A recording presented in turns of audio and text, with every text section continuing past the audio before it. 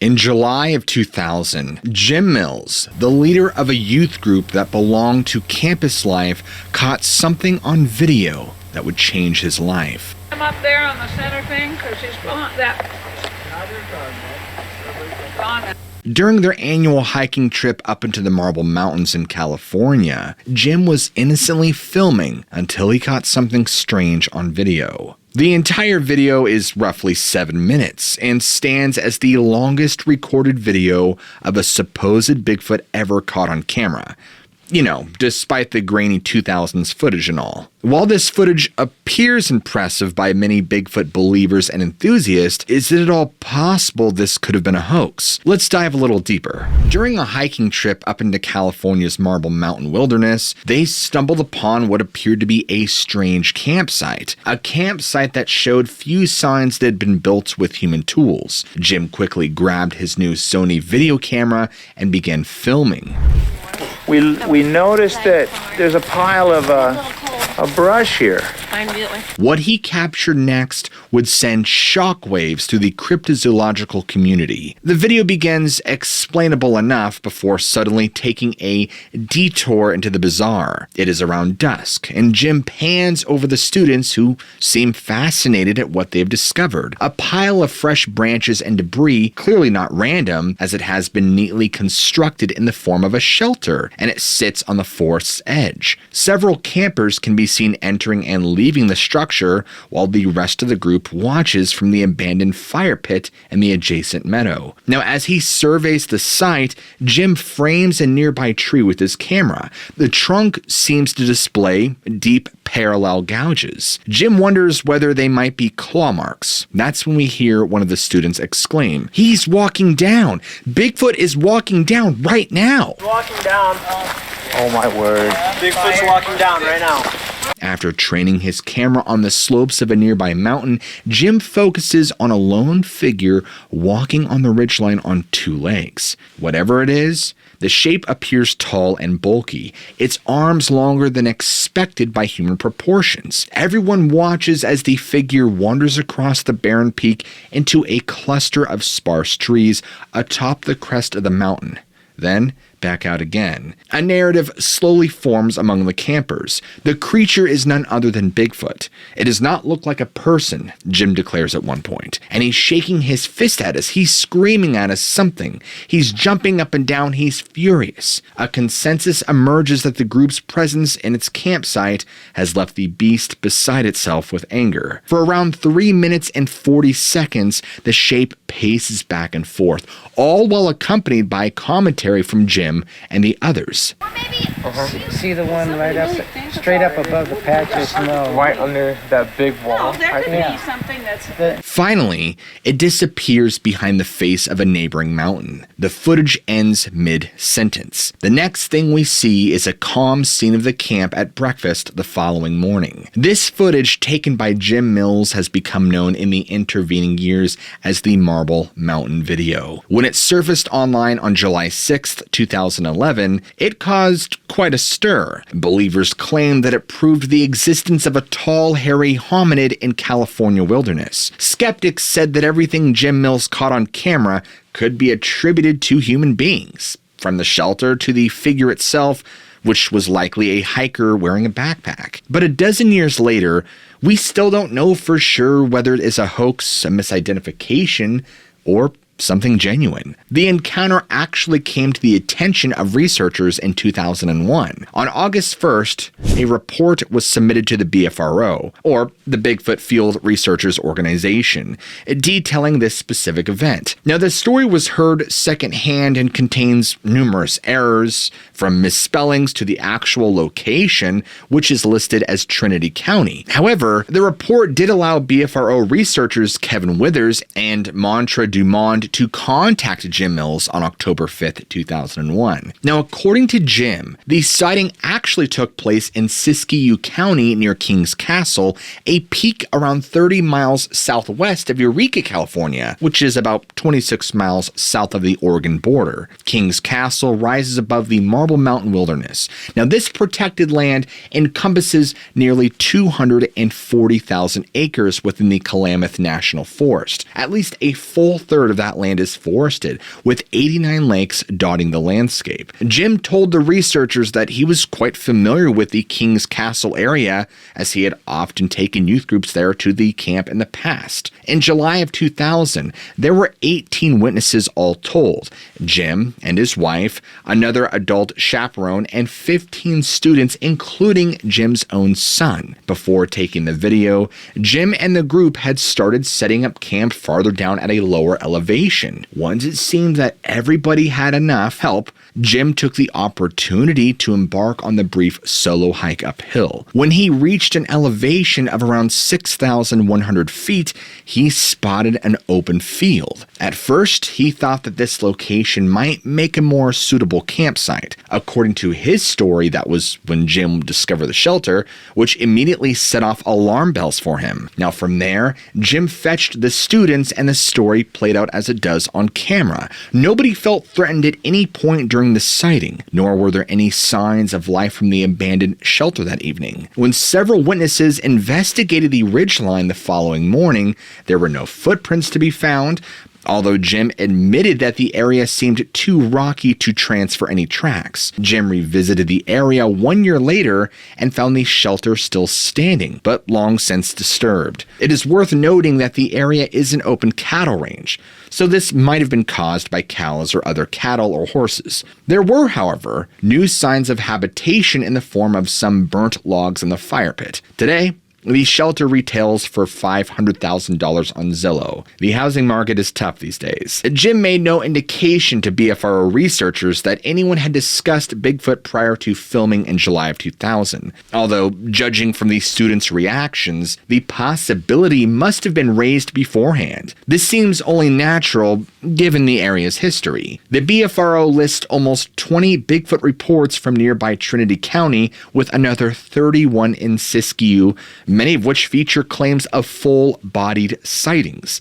When you consider the fact that most experiences go unreported, the sheer number of sightings paints a picture of a region where Bigfoot stories are a part of the integral culture, regardless of whether or not any of them are actually true. The BFRO even lists reports from the same general area where the video was recorded. Now, while our primary focus is on the Marble Mountain footage, let's discuss two of these sightings to kind of illustrate the types of encounters that people claim to have had in this portion of Northern California. After that, we'll return to the video and see how well the story holds up. Now, one of the BFR reports occurred in the summer of 1977 and took place along the Little North Fork trailhead, which sits just 19 miles south of King's Castle, where the Marble Mountain footage was recorded. The primary witness, whom we will call Simon, had been serving as a volunteer botanist for Six Rivers National Forest. Today, he works as a fisheries biologist and has been employed by the United States Forest Service, Bureau of Land Management, and U.S. Fish and Wildlife Service. Now, suffice to say, he knows the outdoors very well, yet still cannot explain what happened to him 46 years ago. Simon, who was 24 years old at the time, had recently spent a weekend hiking near Little North Fork with his girlfriend, whom we will call Mary. When they returned home, he was disappointed to discover that he had misplaced the telephoto lens from his camera. Now, Simon knew that he definitely had it on the trip. He recalled photographing a frog. He realized that he must have left his lens by the stream. Simon was disappointed. To go up there, fetch the lens, and return straight home would have meant a 100-mile round trip. But Simon decided to make his lemons into lemonade. Instead of a quick trip up and back, he and Mary decided to use the recovery operation as an excuse for another backpacking excursion. To their delight, Simon and Mary located the missing telephoto lens right away. It was just where they thought it would be. Now they had the rest of the trip ahead of them to do as they pleased. The pair decided to head further up north into the fork into the Marble Mountain Wilderness area. And by the time night fell, They were nowhere near a suitable campground. Simon and Mary simply unrolled their sleeping bags and overnighted in the middle of the trail. This is how they earned the nickname Mr. and Mrs. Speed Bump. The following morning, they continued their trek, meeting another couple swimming in the river, Simon told the BFRO. We hiked on another 4 miles, and the trail left the river. It snaked up along the side of the canyon and became more of a narrow path. Always the dirt beneath our feet was covered with the prints of bears. There was no human shoe prints, just bear prints. It was getting late again, and the map indicated a stream would cross the trail some distance ahead, so we pressed on, figuring to set up camp there. We soon heard water. At the crossing, we were very tired and were ready to drop our packs. But we both had a very uneasy feeling about the spot and agreed we couldn't spend the night there. Consulting the map again, we found that the trail branched a little ways ahead on an unmaintained primitive path headed up the mountain to a small subalpine lake that we had earlier planned as our destination. They eventually found their way to a trail junction where they bedded down for the second evening in a secluded open area. After supper, Simon carefully arranged all their pots and pans to serve as a makeshift alarm, in case any bears decide to rummage around for food in the middle of the night. To one side of them sat the campfire. To the other side, a log and their cooking gear. Simon described what happened next. Sometime in the middle of the night, I had no watch, but the fire was completely burned down to ashes and coals. I awoke to a terrible racket going on down in the stream bed through the trees below us. It was the sound of logs and large rocks being hurled and crashing into things. I sat up in the dark and listened. I shook Mary, telling her to wake up. She at first buried her head in her bag and did not want to hear the sounds. I was really scared. It was totally dark. I knew there was no one around for miles and miles, and I also knew that bears do not go rampaging around throwing things. I also know darn well that anybody living out there could possibly smell the remains of our fire. Whatever it was clearly spending a lot of energy either trying to scare us or angrily searching for something in one of the log jams. After listening for maybe 10 to 20 minutes, it's really hard to know how long, my worst fears were realized. The crashing sounds stopped, and soon there was a sound of footsteps coming up the slope directly toward us. It was on 2 feet, and they were clearly audible, heavy footsteps. By this time, my girlfriend was wide awake and sitting up in her bag like me, listening. Although neither of us said it, we both were thinking what it had to be. With the footsteps came the sound of labored breathing. Whatever it had been up to in the stream bed had clearly been hard work. Simon had no weapons on him besides a sheath knife. It may have been better than nothing, but Simon knew that a head-on confrontation with whatever was out there should only be a last resort tactic. Their best chance for safety was to try and frighten it away. Everybody knows you don't bring a knife to a Bigfoot fight, unless you're Barton Nunnally. Flicking on his flashlight, Simon mustered a shaky, "Hey!" Nothing could be seen, though, through the thick forest. However, Simon got a reply. Something huffed loudly, whatever it was. The thing standing in the trees seemed to be very deliberate in how it moved through the forest, always keeping enough trunks between itself and the couple to obscure its form. Within moments, it began tromping away from their camp downstream, parallel to the creek. Simon and Mary said that they did not sleep until after dawn. They finished the third and final night of their camping trip, and although they never experienced anything as odd as the night before, they could never shake the sense that they were being watched. The second Marble Mountain Wilderness encounter listed on the website comes from the summer of 1998. Investigator Brandon Keel shared an account from a woman we'll call Ruth. Even when she shared her experience 10 years later, she still seemed shaken by what had happened. Like Jim Mills, Ruth was well acquainted with the Marble Mountain Wilderness, often spending her weekends there. In fact, she was employed by the Forest Service herself. Ruth had decided to solo hike the Pacific Crest Trail,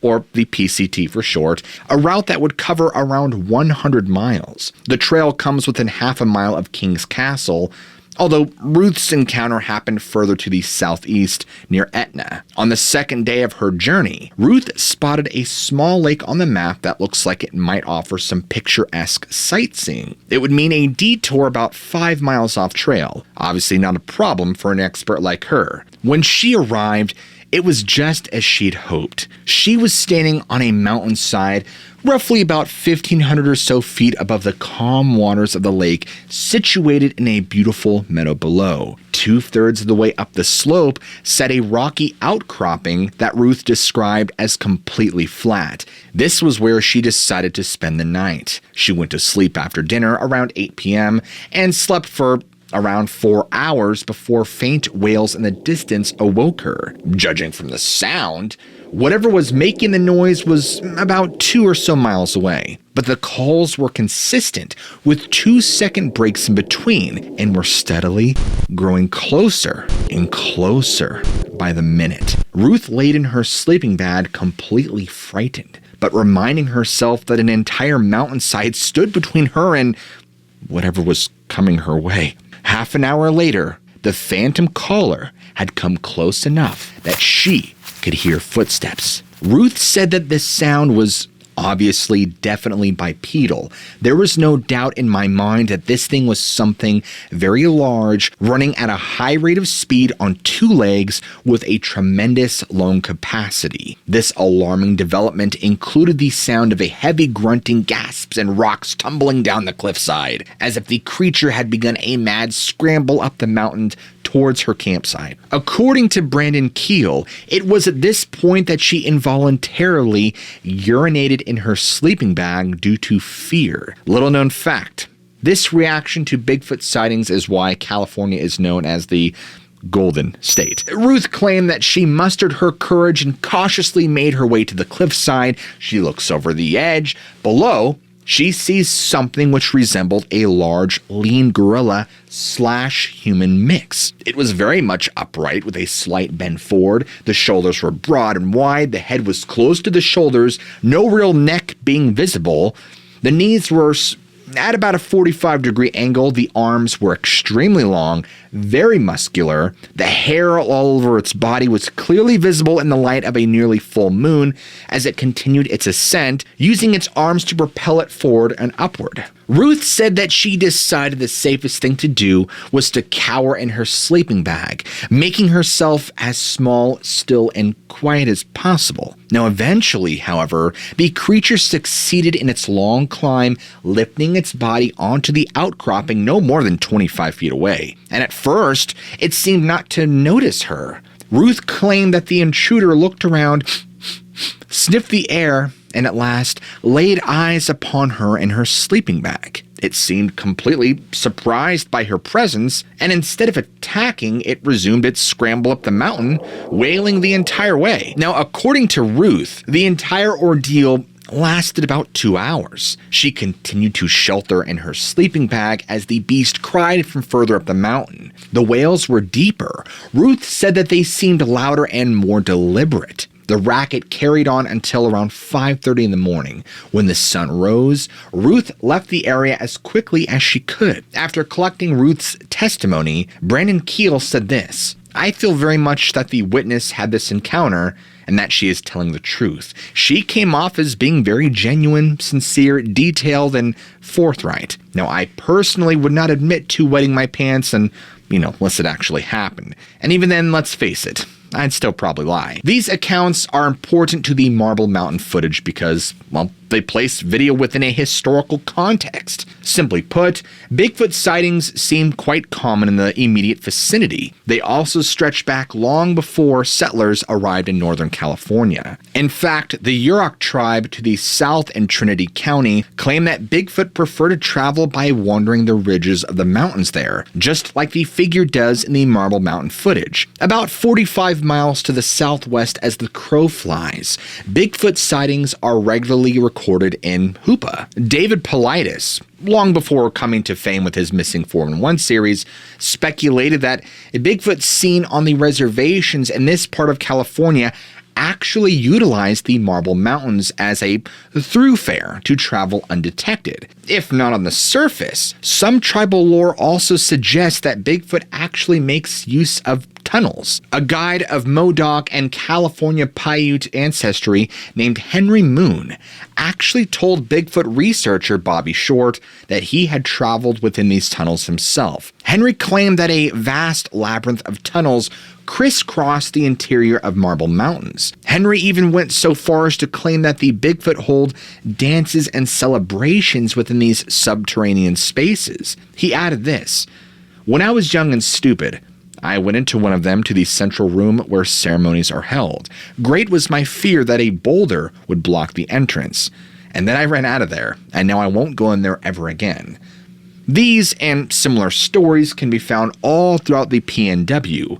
Early settlers began corroborating tribal beliefs, speaking of encounters with hairy wild men in the vast unexplored forests. Once filming equipment became more publicly available, a dedicated few began hunting for Bigfoot, hoping for the fortune and fame that catching these creatures on camera might bring. 33 years before Jim Mills recorded the Marble Mountain video, Roger Patterson and Robert Bob Gimlin shot a film in the remote area of Northern California in 1967 that we all know and love, the famous footage known as the Patterson-Gimlin film. It has long been touted by some as the best evidence to date for Bigfoot's existence. The contentious clip sent shockwaves across the globe after its release, the filmmakers claiming it showed the first ever footage of a female Bigfoot. In the film, a giant gorilla-like creature strides across the woods before turning around and glaring at the camera. We've all seen this footage. Patterson and Gimlin maintain that the shaky clip was completely genuine for years after the event. And of course, since then, the footage has fallen under an endless barrage of scrutiny. Whistleblowers have stepped up, supposedly, claiming that they either helped create the suit or that they were the one wearing it. Most famously, in January of 1999, an associate of Patterson's claimed that he was the man who wore the infamous gorilla suit that day. All these confessions and criticisms have done little to dissuade believers, and for good reason. For every critic of the Patterson-Gimlin film, there is a film analyst who maintains that the proportions and gait of the figure are all wrong for a human being in a suit. For every alleged seam in this supposed suit, there is another primatologist who claims to see muscular flexing beneath the fur. Either way, the film is remarkable. A remarkable creature captured on film, or a remarkable hoax that has managed to withstand the test of time and many eyes that have seen it. But okay, what about the Marble Mountain video? Has it weathered accusations of forgery any better than the Patterson-Gimlin film? Now that we have a more complete picture of the region, earlier sightings, even indigenous beliefs, and historical context surrounding Bigfoot, let's find out. Is the Marble Mountain video real or not? Some red flags show up right away. I mean, first off, these circumstances seem a bit too coincidental. I mean, Jim Mills just so happened to have a brand new camera to show off. The fact that the sighting occurred during a youth outing calls to mind mischievous chaperones who, seeking to play up the events and maybe scare the kids, capitalize on a series of unrelated events to make the woods feel more mysterious. And, no one in the video seems genuinely alarmed. Their reactions, they feel almost forced, don't they? Was Jim Mills a fraudulent mastermind with his students serving as accomplices? Whenever we are presented with footage of cryptids and other unexplained phenomena, one question looms larger than any other. Could this be a hoax? Determining the answer isn't always easy, though. Beyond analyzing the footage itself, it's important to, within the realms of decency, scrutinize the character of the person who filmed the event. Simply put, does Jim Mills seem to be a reliable source? Jim Mills seems to have genuinely loved kids. He worked as a high school security guard at Nevada Union High School in his home of Grass Valley, California. The school sits right across from the First Baptist Church, which Jim and his family regularly attended and served in as volunteers. These responsibilities included regular outings with the Campus Life organization. Although the claim may not carry the same weight it did once in American culture, Jim Mills was a Christian, and as leader of a church-affiliated youth group, it seems reasonable to assume that he would have held moral obligations not to lie. This is consistent with other aspects of his lifestyle. He seems to have been a charitable man, and oftentimes he would take disabled and disadvantaged students on these excursions, and the Marble Mountain Wilderness was a favorite destination. In 2012, a friend of Jim's wrote a message to the popular website Cryptomundo defending Jim's character. The friend, whom we will call Thomas, was a former member of Jim's church and claimed to have known him for 30 years. Jim had a gentle and loving spirit and a kind sense of humor, but was serious-minded and never known to use humor at someone else's expense, pull practical jokes, or even mount hoaxes. Apparently, Jim only mentioned the film in passing and was reluctant to share it, even with an old friend. What's even more is that he himself, Jim, was skeptical that the film contained a Bigfoot. I asked if this was a stunt he'd devised. He was adamant that this was the real thing, and in a later talk with his wife, she also assured me that nothing had been staged and that no one in their group, including Jim, would have had time to construct such an elaborate hut between the time they arrived and set up camp and the time it was found. In fact, during our visits, he had never mentioned the term Bigfoot and was uneasy when I introduced the idea. Though baffling, he did initially believe it must have had some other explanation. Thomas went on to add that he was actually the source of the initial BFRO report. Thomas had shared Jim's story during a men's ministry retreat held in Johnsonville, California, from July 26th to July 28th, 2001. Afterward, one of the attendees had written the BFRO, eventually leading the organization to contact Jim using information provided by Thomas. Again, Jim was reluctant to make anything of it, and was a bit fearful about being labeled a crackpot and damaging his credibility as a serious follower of Christ. He concluded his testimony by saying, "I can at least offer reasonable assurance that if found to be a hoax, it would have been someone other than Jim Mills or his camping group involved in staging it." In light of all this, outright fraud seems unlikely. Even if the Bigfoot sighting was a campfire tale that just got out of Jim's control, given what we know about his character, it seems like he would have stepped in to set the record straight. Nor did he seem to be interested in fortune and fame. Jim Mills passed away in 2010. The footage didn't even appear online until the following year after he died. Even while he was alive, Jim kept the Marble Mountain video private until he was contacted by researchers from the BFRO. There is the possibility that he might have recorded the video as a prank, but was disappointed with the final product and shelved it. But why? Internet fame wasn't quite the same in 2000 as it is today. The best Jim could have hoped for was a 5-minute feature on network television, if even that, and of course, his credibility ruined. So, having more or less ruled out an outright hoax, we are left with two likely scenarios. The Marble Mountain footage is either genuine, or it is an innocent misidentification. Both camps claim an abundance of vocal supporters.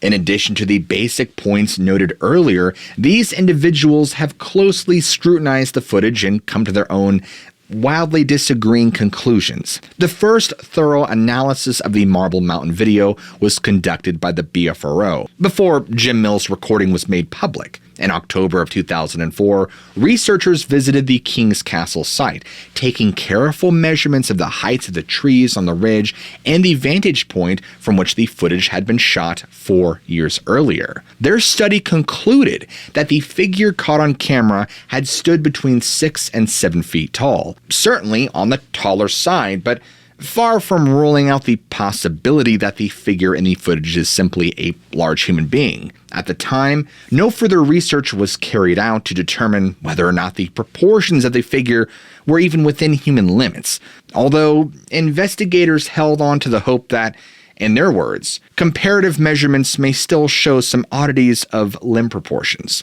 Now, seizing this opportunity, most people who believe that the Marble Mountain video shows an actual Bigfoot point to the length of the figure's arms. Admittedly, they do seem a little longer than expected in a human being. Various claims scattered across the internet suggest that the creature has a 60% arm length, although how that claim was arrived upon is a bit difficult to determine. A vocal advocate for the footage's authenticity is journalist and Bigfoot enthusiast Robert Lindsay. Lindsay also felt that the nature of the outing, being a campus life Christian retreat, kind of ruled out a hoax, since believers are kind of against the whole concept of lying, at least as a generality. Now, on his blog, he claimed to have scrutinized the proportions of the figure in the video. It is extremely tall and is not shaped like a man at all. It does not walk like a man, nor does it stand like one. It sways its hips in a strange way, and its method of locomotion is just wrong for a man.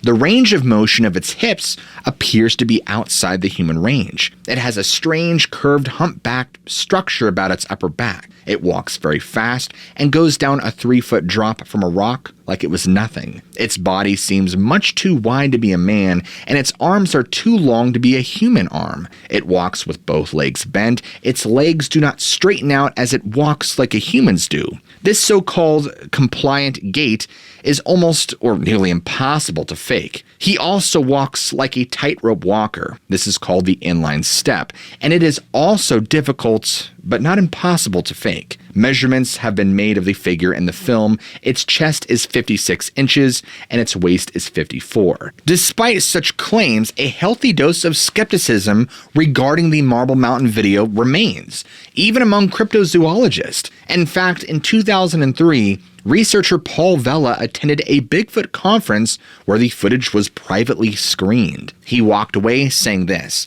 "I gotta be honest and say that since the figure was in silhouette form, it looked more like a man wearing a coat. Since then, I've seen stills from the footage where a color separation process had taken place, which does seem to show that the top of the figure was dressed in a separate color to the bottom half. Being a skeptic, I repeated the process myself and found the same color separation. I do not believe this footage is of a Sasquatch." Robert Lindsay offered a rebuttal to this claim. Naysayers have used some software technique to imply that the Bigfoot is hoaxed and was wearing clothing. I do not believe this figure is wearing clothing. I do not believe it is as tall as a man. Just look at the video and tell me that. Skeptics, on the other hand, are much more unified in their appraisal of the Marble Mountain video. Simply put, they don't see anything mysterious at all. To the contrary, they point out a host of assumptions made throughout the footage. The shelter itself is impressive, at least at first. If we go off of Jim Mill's word and what we see on screen, there indeed seems to be a lack of tool marks on the wood used to construct the frame. Instead, the logs used to build the structure look as if they were snapped in half. No easy feat, of course, given that they clearly have green foliage still attached to them. The trees were alive when they were taken down, meaning that whoever built the structure, they weren't using dried, half-rotten logs that might break more easily. Something to think about. However, a close viewing of the shelter does reveal further details suggesting it was indeed built by a human being. For example, at 1 minute and 30 seconds, what appears to be a red bit of twine appears on the structure. What we are looking at here, whether related to the figure on the ridge or not, is likely debris shelter built by another hiker. Now, a quick look into the best practices for constructing debris shelters reveals that the structure seen in the Marble Mountain video is a classic example of these do-it-yourself projects. There is even a layer of fir branches serving as a roof, which are highly prized in building debris shelters. So the likelihood of human involvement is further reinforced by the presence of a pile of logs and a stone-walled fire pit. No one in the video mentions finding hair in the shelter either, nor do they mention any foul odor. Now, these are also quite commonplace in reports of other alleged Bigfoot nests, and may further suggest that the debris structure was built by a human being. As for the claw marks on the nearby tree, it is difficult to tell whether or not they are actually claw marks at all, or simply a pattern in the bark. Even if they are claw marks, there's no way to tell how long they have been there. In the absence of such evidence, we must look to other candidates who might have left these marks, if that is indeed what they represent. The Marble Mountain Wilderness not only holds bears, but the occasional mountain lion as well, both known to leave claw marks on trees. The final red flag is the alleged creature itself. The narration everybody provides seem to add details which aren't readily apparent. While the figure is certainly waving its arms and pacing, it's hard to see exactly where they believe it is jumping up and down and screaming or shaking its fist. I'm not gonna lie, guys, I kind of rolled my eyes at the sensationalism and dramaticism of that moment. Now, many people have pointed out that, despite looking a little odd on camera, whatever Jim Mills caught could easily be another hiker wearing a backpack or a puffy coat,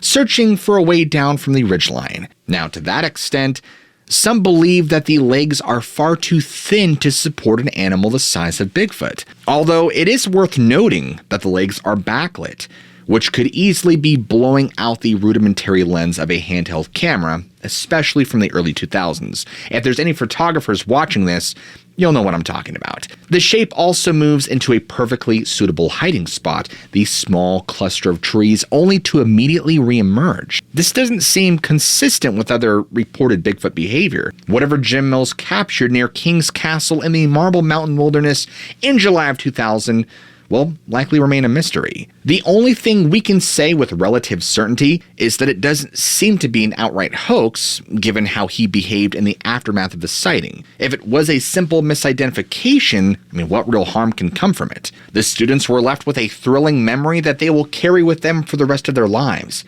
But on the other hand, if Jim Mills indeed captured a Bigfoot on camera that day, then it does represent one of the longest recordings of the creature ever collected. But really, who knows? Maybe someday in the near future, some modern AI analytical tools will bring the story to a definitive conclusion. Maybe researchers will be able to run the Marble Mountain video through an AI program and it'll just spit out an answer. A genuine sighting of an unknown creature, or a simple misidentification fueled by enthusiasm. Until then, we can only wonder and wait and keep our eyes on the ridgeline. And as for me personally, I actually don't think that it is a Bigfoot in the video. But, like I said, you can't be too sure. And more importantly than my opinion, I want to know what you guys think. Did we do a proper analysis of this footage? Is there actually any truth at all to Jim Mills' sighting? Or is this whole thing staged and is just some elaborate hoax? I would love to know your thoughts and comments down below, so please leave them. And if you guys are fans of the mysterious and supernatural, specifically storytelling, be sure to go ahead and beat the living crap out of that like button and just smack the crap out of that subscribe button while you're at it too. I love you all, keep an open mind, and I'll see you guys in the very next video.